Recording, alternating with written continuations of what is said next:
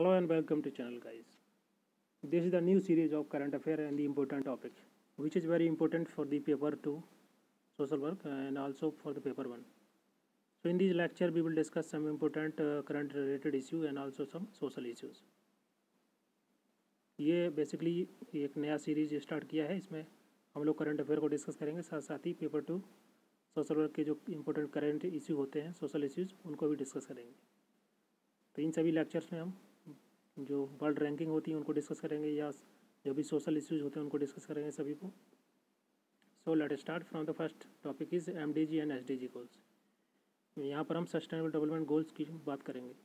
तो उसके बारे में महात्मा गांधी ने एक कोट लिखा था। उन्होंने कहा था कि the world has enough for everyone needs but not enough for everyone grids. लोगों की जो नीड्स होती है उसको फुलफिल करने के लिए दुनिया में बहुत है, बट लोगों की जो ग्रीड है उसको फुलफिल करने की नहीं है।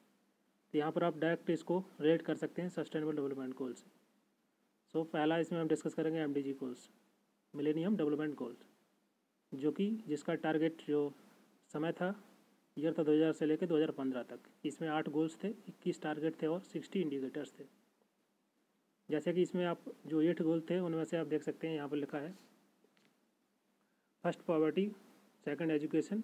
यहाँ पर मैंने शॉर्ट में लिखा है, तो आप कोशिश करिए बुलेट पॉइंट में ही आप इसके जो नोट्स बनाया करिए, क्योंकि आप ज़्यादा लेंथी बना देंगे तो याद करने में प्रॉब्लम होगी, उसको रिवाइज करने में भी प्रॉब्लम होती है।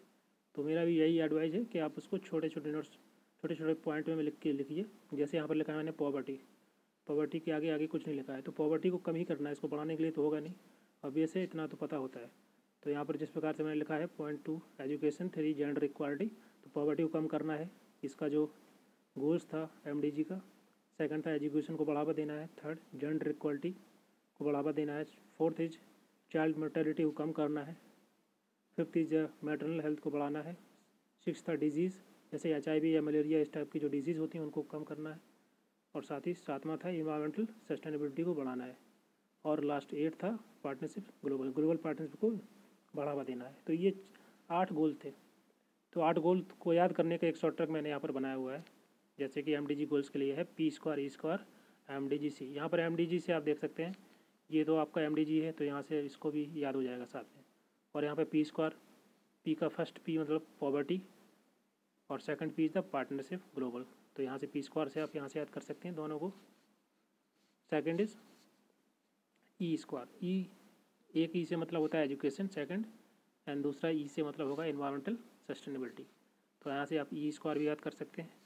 और यहाँ M से होगा आपका mortality health, maternal health, and D से होगा आपका यहाँ पर डिजीज़, HIV मलेरिया, इन सभी को इरेडिकेट करना है डिजीज़ को, एंड यहाँ G से हो जाएगा आपका जेंडर इक्वालिटी। उसके बाद C बचा है, तो C से आपको हो जाएगा चाइल्ड मोर्टेलिटी। तो आप यहाँ से देख सकते हैं कि इसको आसानी से आप 8 के 8 जो गोल हैं MDG के उसको याद कर सकते हैं इस सिंपल फार्मूले से। तो आपको लग रहा होगा ये इसमें क्या है, ये तो आपने पहला इसका वर्ड उसको यहाँ उठा के रख दिया, बट मुझे इससे आसानी होती है याद करने में। आई होप आप लोगों को भी आसानी होगी, और बिकॉज जितने भी गोल्स हैं सबको डायरेक्टली आपको याद करना मुश्किल होता है, तो आप ऐसे इनको याद कर सकते हैं P square E square MDG C। और कोशिश करिए आप जितने भी नोट्स बनाएं बहुत ही कंसाइज बनाएं, छोटे छोटे बनाएं, बिकॉज उसको रिवाइज करने में आसानी होती है। और एग्जाम में आपको लिखना है, याद करके लिखना होता है, वहाँ पर आपको नहीं मिलेगा नोट्स, तो आप कोशिश करें छोटा छोटा नोट्स बनाएं। जहाँ यहाँ पर मैंने बनाया हुआ है, तो आप देख सकते हैं छोटे से रूप में आपको दोनों MDG और SDG को दोनों गोल्स लिखे हैं। So the next is SDG, sustainable development goals. इसकी जो टाइमलाइन है 2015 से लेकर 2030 तक है। इसमें आपके total 17 goal, 167 target and 304 indicators हैं। ये बेसिकली 2015 में UNG के द्वारा, यूनाइटेड नेशन जनरल असेंबली के द्वारा इसको सेटअप किया गया था। ये बेसिकली रेजोल्यूशन 17 पब्लिक 1 UNGA का था, उसका पार्ट है SDG गोल्स। इसको एजेंडा 2030 भी बोला जाता है, बिकॉज अगर एग्जाम में आ जाएगा तो एजेंडा 2030 क्या है, तो यही है SDG गोल्स। यहाँ पर मैंने एक फार्मूला बनाया है, यहाँ पर आप देख सकते हैं PC की पावर 4 HIL का स्क्वायर एंड GEJ। यहाँ पर आप उनके जितने टोटल 17 गोल हैं उनको यहाँ पर लिखा हुआ है मैंने।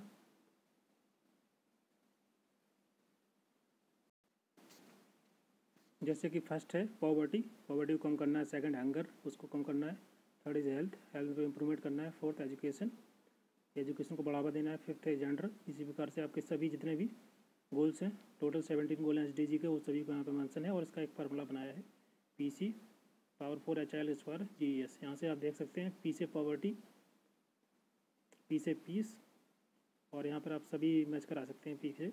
P से प्रोटेक्शन ऑफ क्लाइमेट एक्शंस, और इसी प्रकार से आपका C से देख सकते हैं, C से क्लीन वाटर सैनिटेशन कंजम्पशन और clean energy, clean water sanitation, और इसी प्रकार से HIL से आप मैच करा सकते हैं। यहाँ से जितने भी यहाँ पर टोटल गोल्स हैं उन सबको यहाँ पर मैंने फॉर्मूले में बना के रखा है, तो आप इसको फॉर्मूले को याद कर लेंगे तो ईजिली आप वहाँ पर मेंशन कर पाएंगे। बिकॉज एग्जाम में केवल ऑप्शन भी दिए जाते हैं, तो ऑप्शन अगर आपको दिख जाएंगे तो आप इस फॉर्मूले से उसको आसानी से एलिमिनेट कर पाएंगे ऑप्शंस को।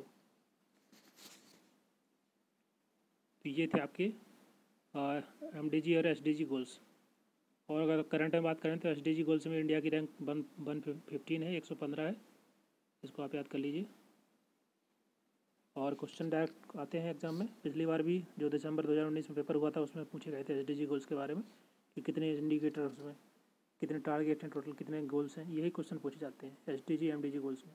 और उनकी जो ईयर होती है इफेक्टिव ईयर, जैसे 2015 से लेकर 2023 तक SDG गोल्स चलेंगे, और MDG गोल्स थे 2000 से लेकर 2015 तक थे, और इसको एजेंडा 2030 के नाम से भी जाना जाता है। ये थे इसमें MDG और SDG गोल्स। उसके बाद नेक्स्ट टॉपिक है NIRF रैंकिंग। अभी जो NIRF रैंकिंग दी गई है MHRD मिनिस्ट्री के द्वारा, ministry of human resource development ministry के द्वारा, ये 5वां एडिशन था और इसमें टोटल कैटेगरी 10 हैं। तो पहला ही क्वेश्चन आता है कि ये बेसिकली NIRF रैंकिंग क्यों दी जाती है। बेसिकली इसका जो मेन है कि एक स्टूडेंट को गाइड करना कि कौन सा कॉलेज, कौन सी यूनिवर्सिटी, कौन से ये यूनिवर्सिटीज़ हैं, कौन से किस प्रकार की रैंकिंग है, वहाँ से आप देख सकते हैं। और दूसरा साथ ही इसमें कॉम्पिटिटिवनेस को बढ़ाने के लिए, और कॉम्पिटिटिवनेस बढ़ेगी तो उनमें कि ट्रांसपेरेंसी आएगी कॉलेज यूनिवर्सिटीज़ में, साथ ही उनकी परफॉर्मेंस बढ़ेगी और उनमें रिसर्च के लिए रुझान ज़्यादा होगा और मोर रिसर्च की जाएगी, जिससे ग्लोबल लेवल पर भी हमारे देश की जितनी भी यूनिवर्सिटीज़ हैं, कॉलेज हैं, इंजीनियरिंग कॉलेज हैं या मेडिकल कॉलेज हैं, उनकी इमेज बढ़ेगी और सुधरेगी, उनकी रैंकिंग भी सुधरेगी। इसलिए इसको NIRF रैंकिंग दी जाती है। और इसको अगर हम बात करें पैरामीटर की, तो इसमें 5 पैरामीटर पे बेसिकली इसमें मेंशन किया गया है सभी रैंकिंग को। जैसे कि फर्स्ट रीजनल डाइवर्सिटी। यहाँ पर रीजनल डाइवर्सिटी का मतलब ये है कि जैसे कुछ कॉलेज बहुत अच्छे होते हैं, IIT इंजीनियरिंग कॉलेज हैं, तो उनको आप जो स्टेट लेवल पे कॉलेज होते हैं उनसे आप कंपेयर नहीं कर पाएंगे। तो बेसिकली क्या होता है कि सभी को एक साथ में रैंकिंग दी जाएगी, तो एक रीजनल डाइवर्सिटी को देखते हुए, तो उसके हिसाब से क्या होगा कि सभी कॉलेज को एक साथ देखा जाएगा और फिर उस पर रैंकिंग दी जाएगी, ताकि जो टॉप कॉलेज हैं वो हमेशा टॉप करेंगे। इस प्रकार से नहीं होगा। अगर कोई छोटा कॉलेज है, कोई स्टेट लेवल पर कॉलेज है, प्राइवेट कॉलेज है, अगर वो भी अच्छा परफॉर्म करता है, उसके भी चांस होते हैं टॉप 5 में, टॉप 3 या फर्स्ट रैंक आने के। तो इसलिए उसमें रीजनल डाइवर्सिटी मैन इसका पैरामीटर। सेकंड आउटरीच, उस कॉलेज की या यूनिवर्सिटी की क्या कितनी आउटरीच है इंडिया के अंदर। जेंडर इक्वालिटी को भी इसमें मैन पैरामीटर है, और साथ ही inclusion of disadvantage group gapped. और लास्ट है to keep them as independent और साइज इंडिपेंडेंट। इसमें ये पैरामीटर है, अर्थात का मतलब होता है कि ये ऐसा नहीं कि कौन सा कॉलेज कितना पुराना है उसके आधार पर, क्योंकि जो कॉलेज बहुत पुराने हैं या जो अच्छा परफॉर्म करते हैं पहले से, तो उनकी रैंक हमेशा ही अच्छी आएगी।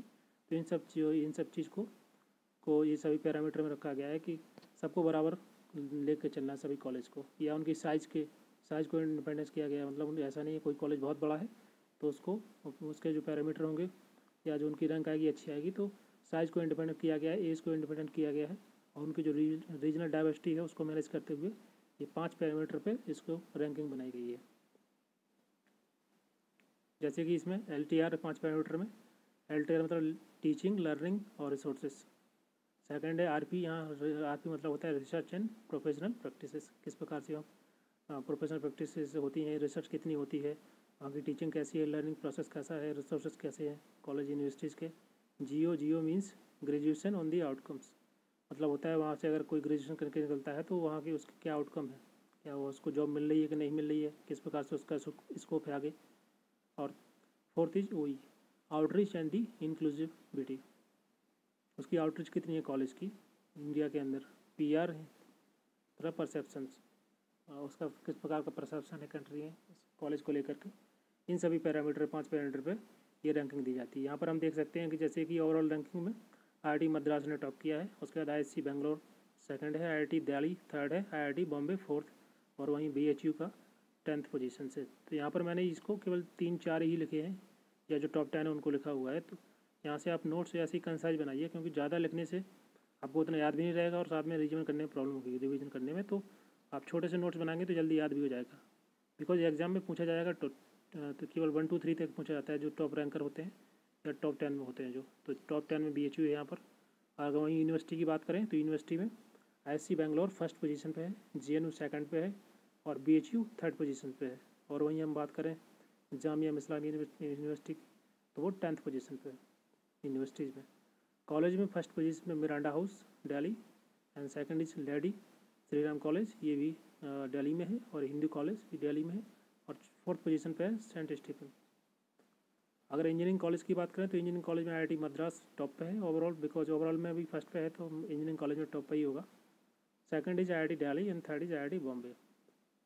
Now the fourth category is pharmacy. Pharmacy की बात करें तो यहाँ पर जामिया हमदर्द ये फर्स्ट पोजीशन पे है, और सेकंड इज पंजाब यूनिवर्सिटी।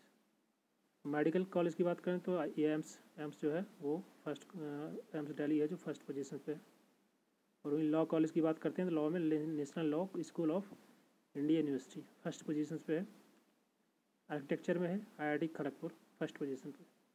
और यहाँ जो अभी नया एक ऐड किया गया है इसमें कैटेगरी डेंटल की लिंक में आपका Maulana Azad institute of dental science Delhi, ये फर्स्ट पोजीशन पे आया है। तो आप यहाँ से कंसाइजली आप यहाँ से याद कर सकते हैं इजीली, और बहुत ज़्यादा याद के इसमें टोटल 10 आपको याद करने की जरूरत नहीं, केवल एक बार देखना है। और किसी को ज़्यादा पढ़ना है तो आप जाके गूगल पर कर सकते हैं, अदरवाइज इतना एनफ है एग्जाम पर्सपेक्टिव से। Now the next topic is world environment day. अभी 5 जून पे जो वर्ल्ड एनवायरनमेंट डे सेलिब्रेट किया गया था, उसको कमेमोरेट किया गया था। ये बेसिकली कोलंबिया के द्वारा इसको होस्ट किया गया इस साल, और इसका बेसिकली जो एंगेजमेंट है इसमें सरकार या बिजनेसेस हाउसेस होते हैं या सेलिब्रिटीज़ हैं या सिटीजन हैं, सभी लोग इसमें पार्टिसिपेट करते हैं, सभी इंगेज करते हैं। इसके माध्यम से एक अवेयरनेस फैलाई जाती है पूरे ग्लोबल पे, पूरी दुनिया में। और इसका मेन फोकस होता है कि इसके माध्यम से जो भी एनवायरमेंटल इशू हैं उनके जो एफर्ट किए गए हैं उनको प्रेस किया जाए। इसकी इस साल की जो थीम थी बायोडाइवर्सिटी क्यों रखी गई, इसका भी रीज़न था। बिकॉज आप देख सकते हैं पिछले साल जिस प्रकार से ऑस्ट्रेलिया, ब्राज़ील और USA में जो बुश फायर के केस बढ़े, जिससे human life as well as animal flora fauna का कितना नुकसान हुआ है दुनिया में, फॉरेस्ट लॉस हुए हैं, तो उसको देखते हुए, और साथ ही अभी जिस प्रकार से कोविड-19 का इमरजेंसी हुआ है, और इसके undertook that fact be destroyed by, because हम लोगों ने इतनी बायोडाइवर्सिटी को डिस्ट्रॉय कर दिया है कि इसकी वजह से जिस प्रकार से ह्यूमन लाइफ में प्रॉब्लम आ रही है। और वहाँ इसका जो मेन थीम था बायोडाइवर्सिटी था। और इसी प्रकार से 5 जून को ही हमारे जो यूनियन मिनिस्टर हैं एनवायरनमेंट के, प्रकाश जावड़ेकर, उनके द्वारा एक नई स्कीम लॉन्च की गई, नगर वन, इसको इंग्लिश में अर्बन फॉरेस्ट्री बोलते हैं, ताकि जो शहर है, शहरी इलाका है, शहरी रीजन में वहाँ पर फॉरेस्ट कवर को बढ़ाया जा सके। तो ये भारत सरकार के द्वारा इनिशिएटिव लॉन्च किया गया 5 जून को, वर्ल्ड एनवायरनमेंट डे के दिन। तो ये था शॉर्ट, इसमें आप इतना ही पर्याप्त है वर्ल्ड एनवायरनमेंट डे के लिए, किस डे पर सेलिब्रेट किया जाता है, कॉमरेट किया जाता है, या फोकस उसका क्या है, थीम क्या है, और कहाँ पर होस्ट किया गया, और इंडिया में 5 जून को वर्ल्ड एनवायरनमेंट डे को क्या लॉन्च किया गया। ये इतना ही इम्पोर्टेंट होता है एग्जाम के हिसाब से। सो देख लीजिए, आज के इस लेक्चर में इतना ही। So thank you very much for discussion.